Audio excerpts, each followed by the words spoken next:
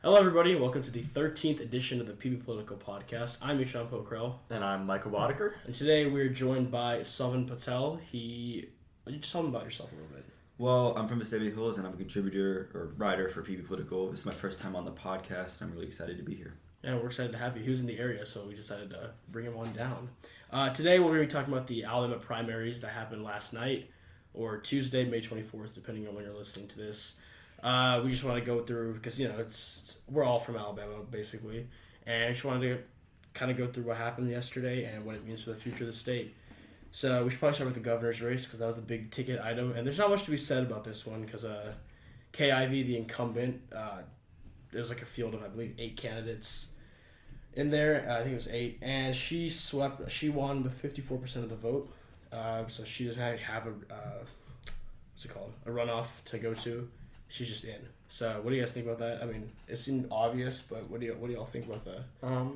I think it says something, though, about the strength of Kay Ivey as a candidate. The fact that the Senate and basically the only House district that went to a runoff was District 5. All the other ones were already elected members. So, I think it says something about Kay Ivey that she avoided a runoff in what was a pretty runoff-heavy election. Yeah, especially with Blanchard went hard. Like Lindy Blanchard, she was hard advertising. Even Tim James. Yeah, I saw Tim James' ad yesterday. Yeah, Tim James finished with 16% of the vote. This is according to the Secretary of State's website, so rest we're going to go off of, no projections. And Lindy Blanchard finished with 19%. So I don't know what Birmingham's like, but up here, it's a lot of Blanchard. Really? Yeah. I think in Birmingham it was more Ivy heavy. I mean, the way I see it, it was really Kay Ivey's seat to lose, and I don't think there was anything to get the Republican base to vote for Blanchard or anyone else other than Ivey. I feel like most Republicans are pretty happy with Ivey. I don't think she's really done anything. I mean, Alabama has a history of having pretty horrible governors, but Ivey, I feel like, has been pretty steady. Yeah, she was. There was a poll. She was the 6th most popular governor in the country. I could believe that. It was like 64%. I could believe that. I mean, she even has a nickname. I mean, we don't really nickname our governors, but Meemaw is a pretty awesome nickname for a governor. I think that's pretty good.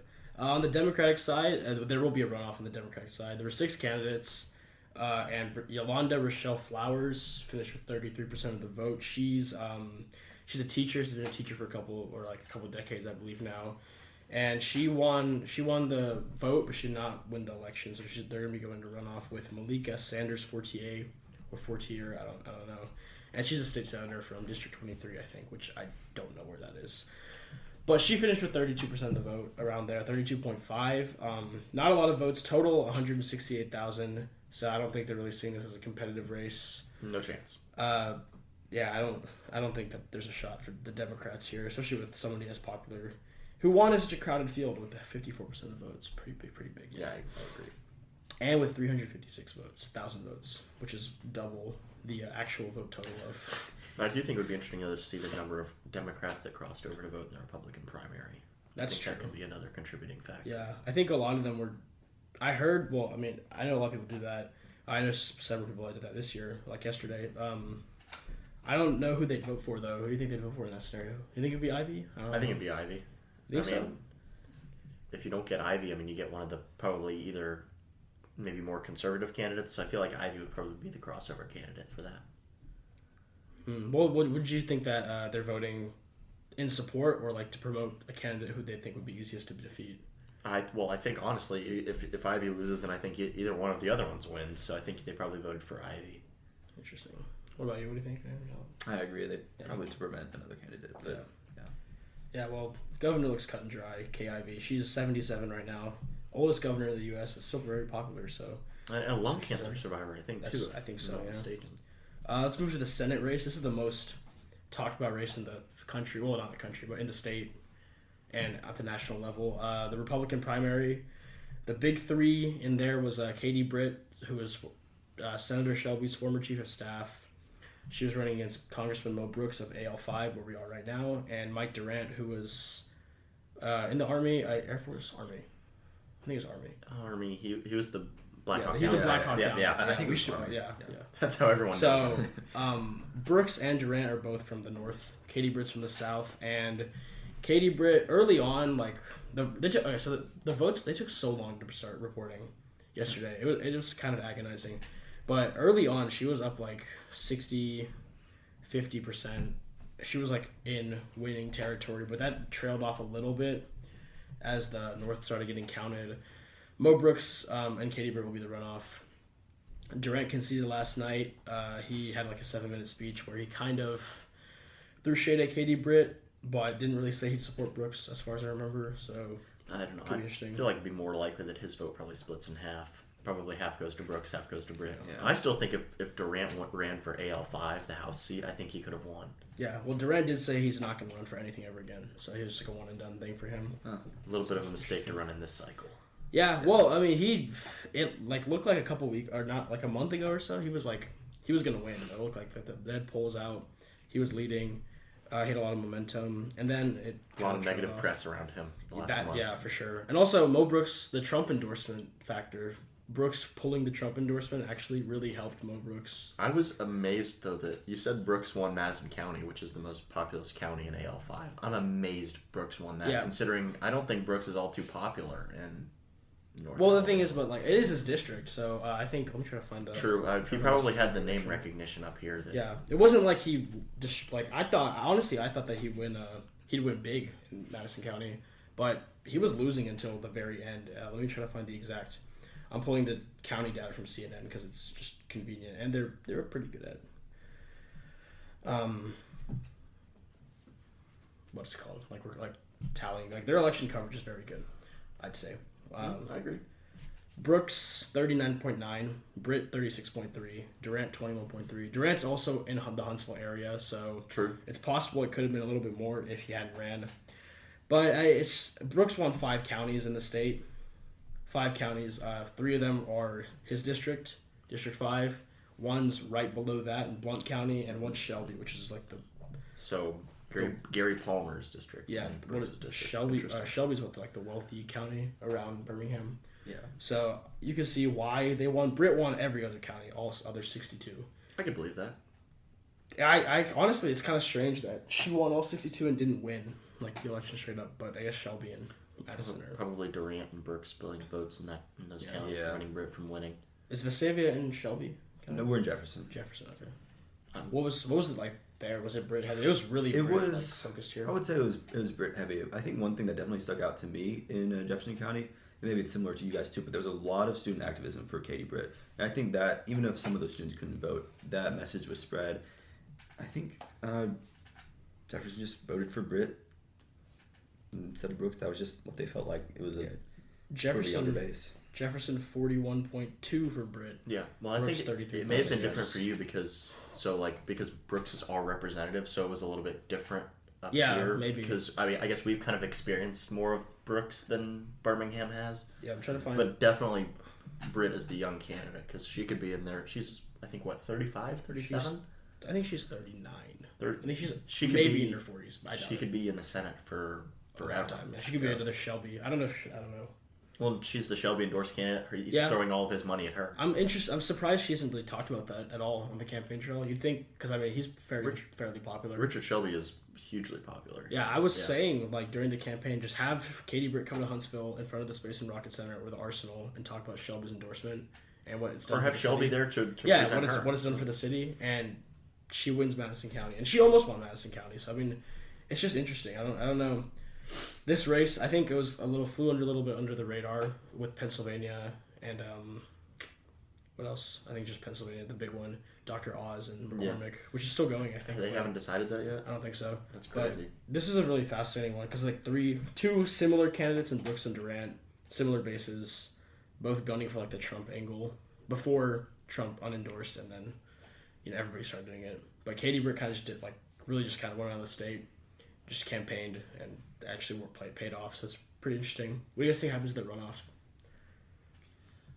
I think Katie Britt takes it. I think so. Yeah. Britt by 10. 10. That's fair. I mean, she's already at 44.3. 15 maybe. 44.7. I could even see it being more. Yeah. Depending on advertisements, debates, etc. I don't see the Durant vote going completely to Mo Brooks. I don't either. Yeah. It just can't. I think Katie Britt takes this easy. I think they will debate now because Durant was the main holdout without a debate or for no debate. But now that he's out, let's see if Britt and Brooks actually do something. maybe meet in the middle in Birmingham or something and just have a debate, because that'd be best for the state too. You know, just to have something like that, put it on Alabama Public Television. But she's only 5 points away from winning. So if all of her voters stay with her, which is probably likely, right? Yeah, it'd be probably pretty easy to take it. Let's go to the Democratic side a little bit, because I think they'll be more competitive than the governor's race, but they're not going to win. So Will Boyd wins on the Democratic side, 64% of the vote, against Brandon Dean, who was the mayor of Brighton, which is outside of Birmingham, I think. Interesting. And Lanny Jackson, who I don't know who that is, who has 17% of the vote. Will Boyd's a pastor, and he's been around the church, many churches, and he won handily. So if this was a more competitive state, which it could be, Lewis was saying that yesterday in our group chat, he was like, if Alabama had certain things, it could be so much more competitive politically. But I think in theory this would be a really appealing candidate, right? Like a pastor. Theoretically, if it's Mo Brooks, I think it'll be a couple points closer. If it's Katie Britt, I don't think that's the case anymore, because Katie Britt is a pretty appealing candidate that doesn't really seem to have anything not to say wrong with her, but she seems just pretty likable. Just like what about he said about Durant entering this race. This is just not the right cycle for this right now. Yeah. I think the Doug Jones losing, what is it, like 64-36 to Tuberville kind of showed. Well, and I think even in the national environment, it could be even further from that. That's true. Yeah. The national party's not even throwing money in Alabama. The Democrats, they're not even looking at this race. That's pretty smart. I mean, Katie Britt, she didn't get double the votes that she got double the votes Boyd got, but she did not get double that the whole race, the Senate, the Democratic race got. But the Republican race had like 6 times the votes of the Democratic race, so that's indicative. Because there's just I don't think there's much appeal for Democrats in Alabama in 6 Not and 7 anymore. districts. A decade ago, maybe at the local level, but I don't know anymore. Let's go through some of these House races. All the incumbents won, other than District 5, where Mo Brooks is obviously in the runoff for Senate. Mike Rogers wins easily. I don't even know why someone I'm not say I don't know why someone primaried him. I mean, I'm sure there are various reasons, but Mike Rogers is going to be the most powerful member from Alabama. He's the ranking member on Armed Services Committee, and he's actually, if Republicans take the House back, he's going to be chairman. So that was interesting that no one else got primaried but him. Yeah, 82% of the vote. There's some Democratic primaries, nothing significant, especially District 5 maybe, but I don't think so. Charlie Thompson and Kathy Warner Stanton. See, that one's interesting though. I feel like that one could show kind of how much District 5 is shifting, because I mean there's so many people moving to North Alabama that our district is probably 10 points red, and I feel like it could be a likely, depends on how many points it'll shift. I think a lot of Democrats, there's only 15,000 Democrats people voted Democrat. I think a lot of them voted the Republican side this year, especially up here in Madison County, where we are right now. There's a lot of superintendent races, a lot of local stuff that was on the Republican side, and I know a lot of Democrats voted Republican just to have a say in that local matters. Which personally, I think they should be nonpartisan, but like school board shouldn't be partisan. That seems kind of weird. Yeah, I can see that. Anyways, Kathy Warner Stanton wins. 57.17% of the vote. Only 8,900 votes, though, so who knows? I mean, maybe in a general election where you can vote for, like, it's not partisan, like, you don't have to pick a ballot, it's possible she gets closer. It depends on the candidate. I mean, Wardinsky on the Republican side, whoever wins that runoff, which we'll get to in a little bit, I think if it's Dale Strong, he wins easily. But I think Wardinsky is a little more polarizing. I know you probably don't know this race as well, but the only candidate I really paid attention to was Dale Strong. I got ads for Dale Strong, but none of the other ones. Yeah, interesting.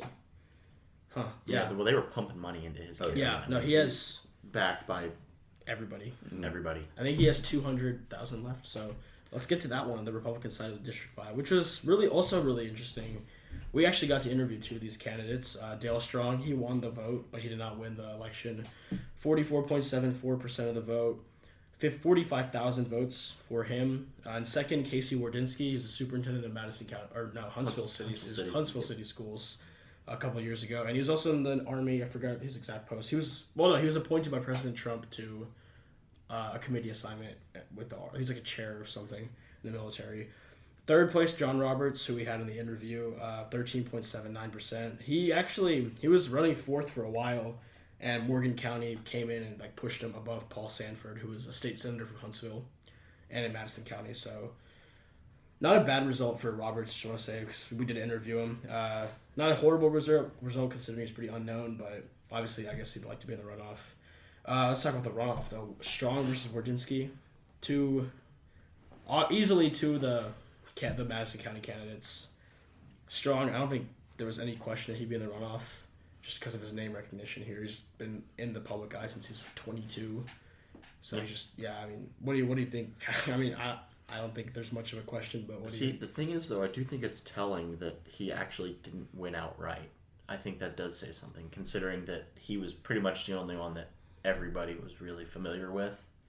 I mean, I'm sure people in Madison County knew about Wardynski. I'm sure that's the case, but I do find it interesting, though, that he didn't win outright with all of the money and influence. Is he Trump endorsed? He is not. Trump did not endorse in this race. Oh, which is interesting. I thought he would, but maybe that would have pushed him over. But considering, I guess, the other Trump's record with endorsements this primary cycle, I'm not sure that's the case. I think what Strong. I think he was kind of banking on a runoff because even on our podcast, he was that's true. We're gonna wait for the runoff to see who we face, and I think it makes sense that he just he didn't really campaign too hard, save some of his money, did enough to get into the runoff, and honestly, if he did a little bit more, he could just won this right now. So I agree. Yeah. Madison County, everywhere around me, is strong heavy. I looked at the precincts around my area. Some of them are 70% strong. We have the same precinct, right? Yeah, MCC. Yeah. So 70s, 60s, high 50s, easily strong. Wardynski and Sanford, they're both from Huntsville, so that's where they got the bulk of their votes. Two other candidates, Blaylock and Wright, 5.5 and 1.5%. Not too much sway there, but they were always fringe candidates. In the runoff, what do you guys think? Strong takes it fairly easily? Strong by 15, 20? Yeah, Strong definitely probably takes it. Again, I know I'm in Central Alabama, but the only candidate I saw ads for was Dale Strong. That means his ads are going pretty far away. Although, what he said was pretty interesting, how Strong didn't win the race outright. I don't know if that's going to mean he's going to go very hard going into the November elections, meaning he's going to win it by even a bigger margin, or does that mean Wardynski has a chance to get her name out there a little bit more? His name, sorry, yeah. His name out there a little bit more. Yeah. If that's what Dale Strong got to won with, does that give him a chance? Yeah, I mean, in Madison County, Strong finished with 48.7% of the vote. Well, and does Trump make an endorsement in this race, and does that impact anything? That's something we should talk about with the Senate race. Does Trump endorse? Does he come back and endorse Mo Brooks again in the Senate race? What do you think? Because I mean, Trump's unendorsement is the reason that Mo Brooks is back in the race to win, because he was at like 11 points in one of these polls a couple months ago. Yeah. And he won with 29, or he didn't win, but he got to the runoff with 29.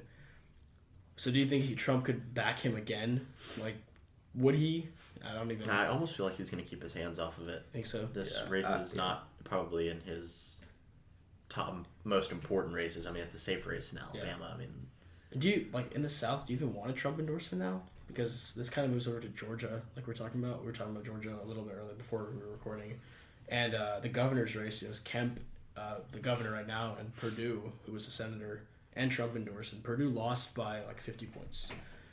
Like they called it immediately. Like, it was bad. Like, let me try to find the CNN numbers because I don't have the Georgia stuff pulled up. 73.7% for Kemp, 21.8% for Perdue, and Kemp won every county in the state. I'm not surprised. Perdue was Trump endorsed.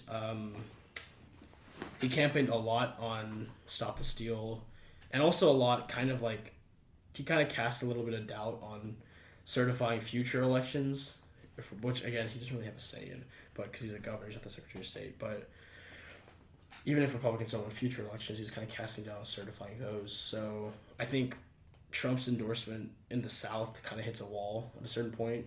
I feel like the longer he's out of office, the less his endorsements really mean. You think he'll run in 2024? I don't. I think it's possible, but I don't think he will. But then again, if he does, I feel like he's going to think that there's so much Republican enthusiasm that it'll push him over instead of discouraging. But that man is a turnout machine for both parties, unlike anyone I've ever seen in politics. Yeah, for sure. I think he runs, but he won't win. I don't think he has it anymore. This is crazy. Like 52%. How do you? He lost by that. I mean, Kemp's very popular, to be fair, and Kemp is a very conservative governor, so I think they couldn't find much wrong with him. I think they're just everyone's over the 2020 stuff. Yeah, but that'll be a rematch though in the governor's race. Yeah. Oh yeah. Stacey Abrams. She was uncontested in the primary. She was. Well, how close was she last time? She was like really close to winning. 50,000 votes. It was close. Yeah, it was close. But the thing is though that she gave Brian Kemp possibly the single greatest political soundbite of the 21st century, with calling Georgia the worst state. That, yeah. If Brian Kemp has any sense, he's just gonna play that clip over and over again. And I don't even know if he needs to play that clip, because I mean he looks like poised to. Well, it also depends too. Georgia's electoral shift has been just ridiculous. It's true. The suburbs of Atlanta are so much more liberal than they used to be. So I think it could be close just because of how much Georgia's shifting. Everyone's moving to Atlanta. Yes, yeah, that's pretty accurate. Yeah. Yeah. Georgia, I don't know, because 2022 looks kind of bleak for Democrats, to say the least. I mean, the way it's going so far. I mean, Biden could turn around nationally. I can only see it happening. I don't know. Everything he touched turns to dust. He's like the reverse Midas. Like he's like at 38%. Like once he hit 40, I swore he couldn't get any lower, and he hit 38. Yeah, he did hit 38. I don't think Georgia. I think Stacey Abrams could be the only person that could win it, but I don't think that she has the ability to actually pull it off come November. Not this year, at least not this year. No. What else is there? Secretary of State in Georgia was a little interesting too. It's not that big of. It's just another Trump rebuke. Brad Raffensperger. Was it Brad? I think it's Brad. Brad Raffensperger, the current Secretary of State, he was the guy that was like, we're not going to decertify or like change the Georgia election results to Trump. And Jody Heiss, Representative Jody Heiss, currently in Congress, I forget which district, but in Georgia I think it's 10 or 11, I might be wrong, I don't know. I'm not sure. But I think around Augusta or outside of Atlanta, like the middle ground of there, was running against him, and he lost with only 33% of the vote, lost by 19% to incumbent Raffensperger, which is another just a Trump, because Heiss was Trump endorsed, and just another big, I guess people are just over the 2020 stuff now. You can tell, because I mean, when you campaign on nothing else, I mean, if you just campaign on overturning an election that happened 2 years ago, it just seems a little much, you know? It's just not going to work. Nobody really cares about it anymore. Not going to work. It's out of the picture. It looks like, though, that Heiss pretty much won his area and Raffensperger won the rest. Yeah. And I don't know who this is. Wynn. I can't find his name, but Wynn, and he's going to run off on the Democratic side for Secretary of State against probably Dawkins Heigler. Don't know any of those candidates, but if somebody listens and they do, feel free to give us a shout, because I don't know. Raffensperger by 5? Maybe. He had double the votes of Wynn. He had more votes, to be fair. He had more percentage, but he's still. Well, I don't know. With all of these people moving to Georgia, we actually don't really have a true estimate on what Georgia's political climate actually is. Like, is Georgia an R+5 state? Is Georgia a D+4 state? I could see it anywhere in there. I think a big one will be the Senate race. That'll determine it again. Raphael Warnock in office right now. He finished up the 1 year that Kelly Loeffler. Yeah, Loeffler had the previous senator. He beat her in a runoff last January. Yep, last January. And he's gonna face Herschel Walker, famous football player. A lot of controversial statements and actions figured out on the trail. Walker swept the primary, 68%, won every county, but he has a lot of controversy around him. So, and Warnock, he had a challenger, but 4% only. I mean, he won by 96% of the vote. So, no real contest there. What do you think? I mean, this is gonna be interesting. This is gonna be a fun one. You go first. Well, you were talking about the shifting political atmosphere of Georgia. I think this is going to be a real test of it. Yeah. Don't underestimate the power of a football player in the South. but Herschel Walker does have a lot of controversy around him. Raphael Warnock has made a name for himself in this year in his seat. I don't know. I think I'm going to go with Warnock, but this election is definitely going to be very telling of how Georgia is now. I could see it being anywhere from Warnock +3 to Walker +3. Anywhere in there, I could see it being. I mean, it's going to be close no matter what. I mean, Loeffler was the worst candidate one of the worst candidates, I would say, in 2020 by far. I mean, she was just like, well, we all remember radical liberal Raphael Warnock. I mean, that was the only thing that was her entire campaign. For sure. But I think Warnock is, I don't know, he seems reasonably popular, but Herschel Walker is also, he seems like a pretty charismatic guy. Yeah. So if he's able to shake off some of that other stuff, I could see him making it pretty competitive. I wonder if, so there's 5 competitors for this seat other than Herschel Walker, who made up the rest of the votes. I wonder if those guys try to migrate their support towards Warnock, because Walker is a little bit more. I don't know much about the other candidates, but Walker is pretty, not extreme, but he's pretty he's in his own spot in the race, and Warnock could be seen as a reasonable option for a lot of these more moderate Republicans. Well, it's yet to see how conservative Walker really is, or at least how he would vote. Maybe because members don't always vote how, their political conscience, so it's yet to be seen how conservative Walker is. He just going to be a party line guy, or is he going to be kind of a maverick? I personally think Warnock will take it, and I think Warnock he's popular. I think he's a little bit different than a typical Democrat. Has any polling come out from Georgia yet? Not, well, head to head, let me look. Head to head, I'm sure there's been stuff on RCP or something? Before the actual election, but see, April 28th, let's see. Because, everyone had the likelihood, everyone thought that Walker was going to be the nominee. Walker is down 45-50 to 5. This is April 24th from new 11 Alive poll, which I'm not too sure. See, I would also be interested, though, to see what the generic ballot is in Georgia. So is it R+1, R+2, D+1? Yeah, I think Warnock's a little, I think he's a little different from a conventional Democrat. He's like a pastor, reverend, and he's from Atlanta. Doesn't he preach at MLK's old church? Ebenezer Baptist? Yeah, so it's it's a good melting pot for him. I think that popularity it'll just push him over. Definitely. Let's just recap some other small races before we head out. Arkansas governor election, not small, but Sarah Huckabee Sanders, Trump's former press secretary, I believe. Yep. She wins the Arkansas primary, 83% of the vote for governor. And daughter of former Arkansas Governor Mike Huckabee, right? Yeah. I think he was a governor of Arkansas and presidential candidate in 2016, I believe. Yeah. And Democratic side, not a competitive race. Jones wins with 70% of the vote. There's no way. Even the last Senate race in Arkansas, Tom Cotton ran against a Libertarian who got 30% of the vote. There wasn't even a Democratic candidate in the race. So, not really competitive there. Texas had some interesting ones. Yeah. Some interesting runoffs. One of the Bushes ran for something, Secretary of State or Attorney General. He lost, didn't he? He lost. He lost bad to Paxton, who's the incumbent. Yeah, that's 68 to 32. Not good. And Bush won 5 counties. So that's not great.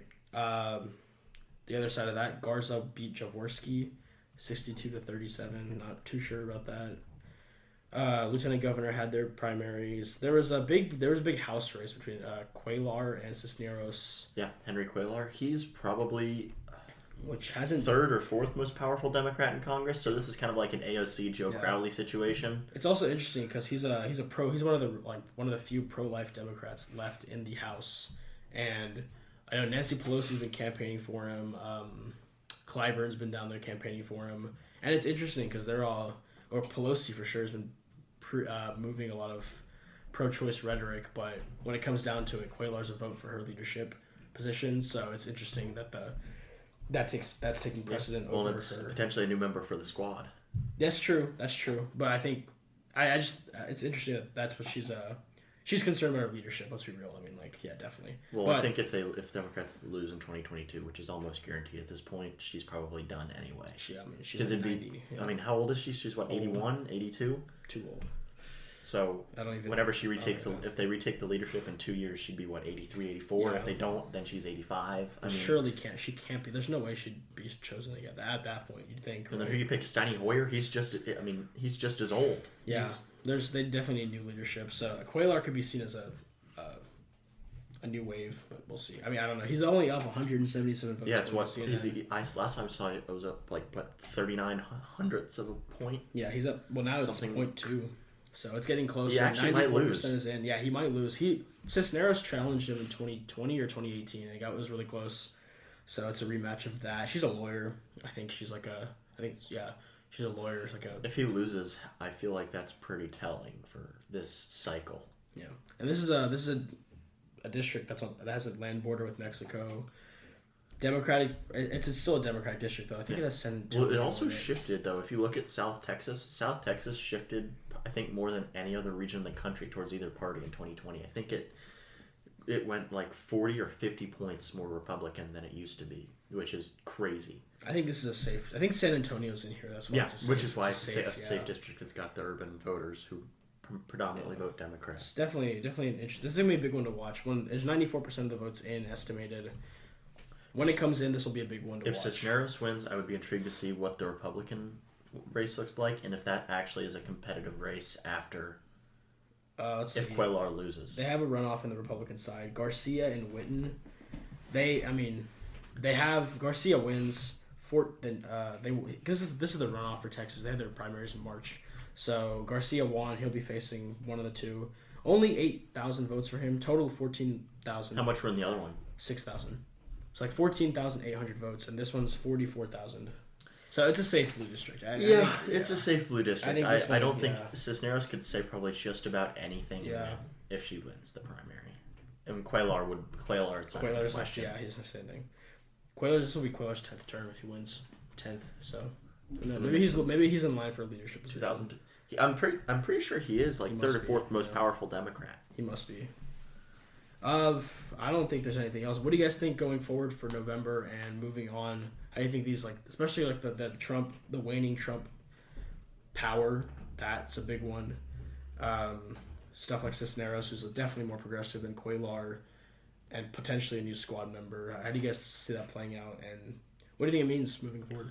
I do think though, if you look at polls, the regular polls have are polling just registered voters or polling Republicans up 2 or 3 points. But if you're polling likely voters, so that's your people who are actually genuinely angry about what's going on, it's Republican by almost 10 points, which is pretty crazy considering Republicans usually lose the generic ballot by a couple of points just in your average election.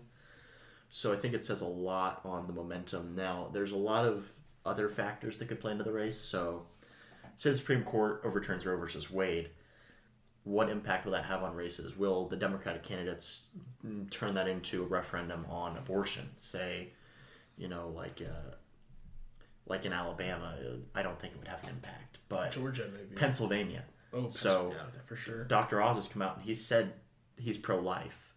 But is he? And didn't he say he's pro-choice? But he apparently used to be pro-choice. Now he's pro-life. So I don't know how that really is going to work. But will Fetterman go after it and say they do it, and say if you want to vote for protecting women, vote for Fetterman? And does that actually have an impact, or is it just kind of empty rhetoric? What do you think? If you had asked me maybe a month ago, you would look at the 38% approval rate of Biden, and there's your answer. Republicans are going to do extremely well in this coming election. But then Roe versus Wade, that draft was leaked.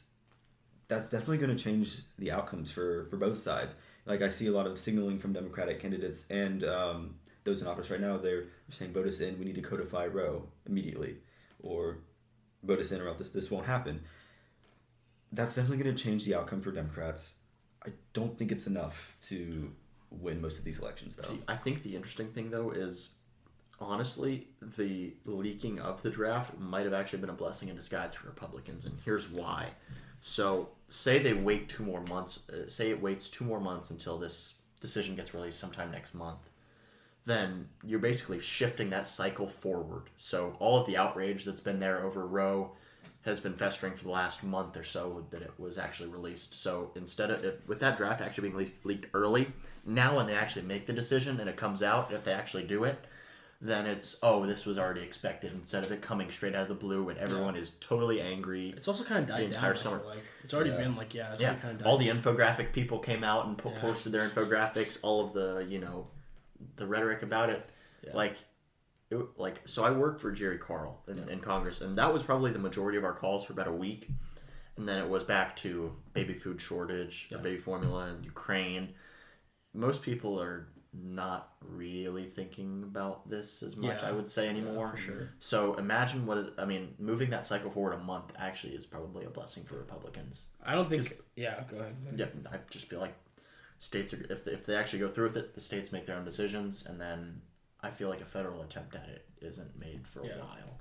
I don't think. I know some, like Mitch McConnell said that he wants to federally ban it. First thing, that's never gonna happen. There's no way. I don't think they have. Does Congress even have the power to do it, to ban it or codify it federally? That's kind of a gray area. I guess they would, because if they don't have the power. Because then you get a state suing that says, all power not delegated. That's true. To the Congress, delegated to states, and then the court has to now decide whether the federal government can make a law, either banning it or codifying it. Because I think either way, it gets sued and taken to the Supreme Court, where they have to decide again now, can the federal government actually make a law on it? Do you think Roe v. Wade will be or do either of you guys think that Roe v. Wade will be like one of the main points of 2024, or do you think it'll just be inflation? Because that's going to stay, and honestly, whatever else, something's going to happen. So this is going to sound bad, but I feel like people probably care more about like formula and inflation and other stuff than abortion.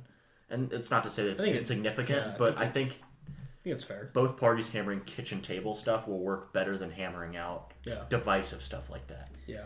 Definitely agree. It'd be different if the presidential election was this year, but I guess to put it one way, when I drove up here to your house, I had to fill up my tank. Yeah. I didn't have to think about, I would never have to think about, but if I was in a relationship, I didn't have to think about an abortion or a pregnancy or something like that. Like you said, these are kitchen table problems. I think those are the ones that would linger for the election in 2024. I think that's more unifying, because if you're a Raphael Warnock, say, in Georgia, right, and you're pushing pro-choice in a state that is probably still a pro-life leaning state, if you really look at it, I don't know if that's going to be as effective as pushing, like, here's what I want to do inflation, to work on inflation and gas prices and baby formula, instead of pushing something that could actually lose him votes. So I think it also depends on the region of the country.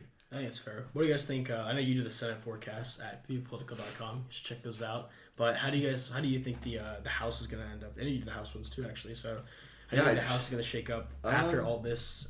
Do you think Democrats? I think there's a chance they keep their majority. Well, they have a 10-seat majority. But what do you think? I'm going to say Republicans pick up anywhere from... So there's kind of almost 3 scenarios I've got in my head. I think they take it almost no matter what. So I think there's scenario A, which is 10 to 15 seats. They've got the slimmest majority of slimmest majorities. And then they, just pretty much party line block most of what President Biden has. Then there's your Republicans actually kind of rebound scenario, which is probably one of the more likely mid scenarios, which is that they pick up anywhere from 20 to 30 seats, somewhere in there. So they've got a decent majority. And then there's Biden keeps tanking, Roe versus Wade gets forgotten about, and Anchorage keeps building, which is they pick up anywhere from probably 35 to 50 seats. So I think anywhere from 10 to 50. It's a pretty big range. 50 is a little lot. It's a lot, but I think that if there's anger and Democrats don't show up, then I think it's more possible than that. But I mean, Republicans are in a tough spot in the House, though, because they're pretty much at a limit of seats that they can actually win competitively, and they're kind of stuck with the Senate too. Like, if they can win all the competitive races this cycle, they're actually in position for a supermajority come 2024. Yeah, 2024 is going to be good for them. First Republican supermajority in the Senate since Reconstruction, maybe? Yeah. Maybe. I mean, I think so, yeah. Have they ever had a supermajority in this? Likely Reconstruction. Definitely not 150 years? I mean, that would be something. Yeah. It would be, I think, likely a Republican president. I think the only way you don't have a Republican president is if Trump runs again. and wins the nomination, which I just don't think he can. I don't think he will. I think it'll be. I mean, Greg Abbott could be someone that could run. I think DeSantis could probably run. But I think the Republican primary for 2024 will look almost similar to the Democratic primary in 2020. Yeah, that's just probably likely. Everyone's like, who do we vote for? But that means the most basic candidate will win. So we'll have like Ted Cruz going against Joe. It could also even look like the Republican primary in 2016. Just what is going on here? Yeah, like that's possible. There is no one. I guess Ron DeSantis, but if Ron DeSantis runs, I mean that's. You think Ted Cruz will run again? He's been talking recently. I don't think Ted Cruz could win it. He's been everywhere. I think Ted Cruz takes too much heat from moderates and too much heat from, like, much more conservative people. What about Rubio? I think Rubio takes hits from the MAGA crowd. I think I think the Republican Party's in an awkward spot. But does the MAGA crowd vote Republican if Trump's on the ticket? Yeah, I think they do because you think so? They hate Democrats more than they hate rhinos. But do you think that they'll vote like in the primaries? If they don't have a candidate, I think they will because it's split, right? It's probably split about 20 to 25% MAGA crowd, 20 to 25% more establishment Republicans. That's right, yeah. And they were able to both for the most part, get around Trump. Now you've got your 1 to 3% of your never Trumpers. Those people it is what it is. Yeah. That's what the Republican Party basically abandoned those people. They said it is what it is. This is what we're going to do and live with it. So now that if he's gone, you potentially get some of your voter base back, but you might lose MAGA crowd who were, and I don't mean, MAGA crowd, but like, the people who are much more America first, more trade barriers, other more restrictive than typical Republican, laissez-faire, free trade people. So Ron DeSantis, man, if he runs, he would sweep it. He's gotten a little bit more authoritarian recently, though. I agree, which... I mean, he's kind of fringing a little bit because like that recent, what is he like? He can't protest on highways or something. No, it's in front of. I think it's in front of people's homes. I don't think is it homes? I think it's in front of people's homes. Yeah, it's interesting. He's kind of doing a lot now. I thought it's weird because like he was like the opposite way during COVID. Well, there's kind of like shifted. Well, there's been an authoritarian twist from both parties. Yeah, definitely, and that's been something probably at least over the past I don't know. Decades at this point that it's been like that. I mean, there hasn't been true that's libertarian leanings. I mean, Reagan, I guess, had his fair share. Clinton during probably his second term. Maybe, yeah. I think Bush definitely not after 9/11. All of us know about that. Obama probably not. No. Trump was probably 60 authoritarian, 40 libertarian. Yeah. Maybe Justin Marshall run. He should have ran in 2020. I think he could have done something, but maybe he'll come back. Who knows? He's been tweeting a lot. I follow him on Twitter. He tweets a lot. I don't think Amash would struggle just because of Republicans. Yeah, I think he'd be good in 2020. I think Democrats probably hate Amash too. Yeah, I guess so. I mean, they would I don't like know him why more they than a Republican. would. Yeah, but he'd be like Kinzinger, I guess, in the same boat. So that would be interesting. I think he's more respected. I don't know. That's about everything we have. Do you guys have anything? I don't know if there's anything else. We miss anything? I think it's everything. I'm trying to think if there's anything. I don't know. Senate depends on what happens with that Dr. Oz and. Fetterman. I think Fetterman will win regardless. He's just like too Pennsylvania to lose. I think the thing is, he's actually quite liberal, but I think that he actually stands a decent shot. He's a Pennsylvania Democrat, which doesn't make any sense. I started saying it last week though, but it seems like right. Fair enough. I mean, he's really authentic from what I can see, and people like him. He won every county easily against Conor Lamb, who was like in line to be like kind of a Biden-ish person, and he's out of Congress now. So yeah, that's true. And Conor Lamb was actually didn't he ran for something last cycle? I feel like too, didn't he? I don't think so because he was his house race was actually really close too, though. Yeah, he almost lost he's to. He's been struggling recently, but he's done now. I mean, he can't. The guy who ran against him, his name does not. Yeah, Cawthorn's out as well. Yeah. Happened. Yeah. What else? What else big is happening? That's it. He buried himself. Definitely. Oh, the Republican Party buried him. Yeah, well, he made it pretty easy. Oh yeah, he did make it easy for sure. Yeah. I mean, when you do stuff like that, and you've got like basically staffers in other offices who are like basically like this is coming out while people are at work. Yeah. It's probably not a good look when all the staff in Congress are able to look at what you're doing. Yeah. on probably the true. news. You think so, yeah. Not Who's your really. rep? Do you know? Isn't it Are you Gary Palmer? Or are you Sewell? I think it for us it would be it's Palmer. I doubt he's Sewell. You're Yeah, Palmer. I don't think he's In Sewell. Birmingham it would be Sewell. Yeah, but Birmingham the City suburbs is Sewell, mostly yeah. are Probably Palmer. Palmer. Yeah. Interesting. Palmer's the one that has like the district where it's like Tuscaloosa and also like Gadsden. Yeah. Right? That's such a gerrymandered district. Palmer has a very weird district. Oh yeah, that's another thing actually. Like one quick thing, the Supreme Court, they might bring that new map, a new map drawn in 2024. In Alabama? Yeah, because the racial, like If they're going to bring in another minority district. Yeah, minority, whatever. See, but I think that would be interesting though, because then they could dice up Terry Sewell's district and theoretically make Terry Sewell have a competitive race. What they could do is give Birmingham its own district and then put her. I don't know, but because what it would do would take power from Huntsville, which is now the biggest city, and as a Huntsville, like that would be great. Yeah, yet number one on U.S. News and World Report's That's best right, metropolitan number areas to one. live Let's in the go. country. Yeah. Let's go. We were like 143, which I think that's pretty good. Yeah, well, that'll be interesting to watch. I don't know if they can do it. I guess they'd have to do it in 2024. I don't know Well, how New York's map will also be something interesting. Oh yeah, yeah. we wrote an Basically, the article on that. elimination of Republicans in New York. That map is crazy. Well, they when I changed saw it. They come out. changed the new map. They changed it. The new map's actually It's okay. it's Well, for Republicans, it's okay. I for don't really Republicans care. okay. So I'm not. I don't live there. I don't care. But yeah. yeah, we wrote about that. It was like 23 out of 26 seats could have been blue. That Which is would insane. That's objectively crazy. I mean, the nerd statistic side of me is like that's actually an incredible like. How do they do that? That's actually quite talented to draw a map like that. Yeah.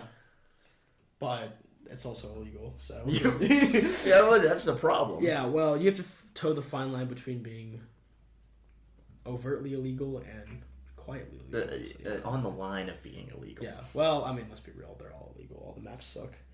But why? Okay. Well, I know you have to go to the airport, so we're gonna cut this off now. You guys can find us at PBPolitical.com. You can find Savan at where can people find you everywhere? If they want to give you a follow. It's my Instagram. It's at Savan Savan Patel, but without the E, so PATL. You can do that. Y'all know where to find me. Yeah, y'all know where to find Boddicker. You can find me. You guys know where to find me too. Look at our new stuff on PBPolitical.com. We got Senate maps, House maps from Boddicker, Governor maps from another guy. Shout out to Arnav, and other articles too, primary recaps, anything you want. And if you guys have suggestions, questions, just email us. New emails coming soon. It's true. So you guys will get that notification. Check our Instagram, Twitter, Facebook, TikTok. TikTok is out. Check the TikTok out at PBPolitical, no AL. And that's it. I'm Ishan Pokrell. I'm Michael Boddicker. I'm Savan Patel. And goodbye.